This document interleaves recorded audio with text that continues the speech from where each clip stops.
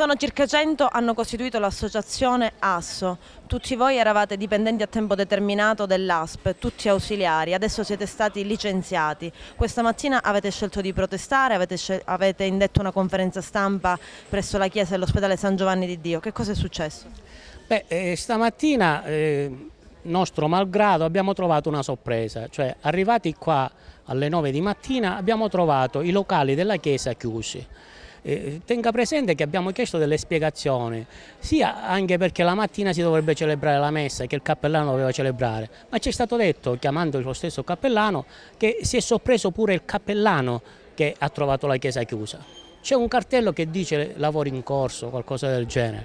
A me mi pare ovvio che ci è stato impedito comunque la volontà di che cosa? Noi andavamo in chiesa a pregare, perché fino ad ora quelli che abbiamo pregato è stato sempre la Chiesa e sono quelli che ci danno ascolto e supporto e ci stanno vicini.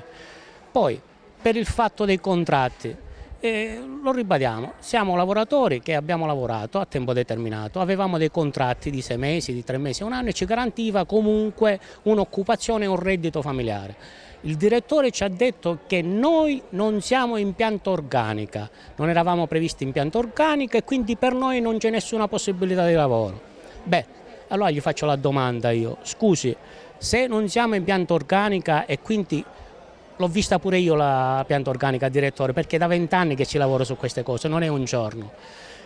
Come mai c'è previsto 0 di ausiliari e invece oggi, o meglio in questi giorni, assistiamo intanto chi ci ha sostituito, cioè noi siamo fuori senza lavoro e comunque ci avete sostituito, quindi il posto di ausiliario c'era, c'è bisogno dell'ausiliario, c'è bisogno del portantino, tant'è vero che questo servizio oggi è fatto, se andate nei reparti, se andate al pronto soccorso, è fatto di personale SEUS e SAS.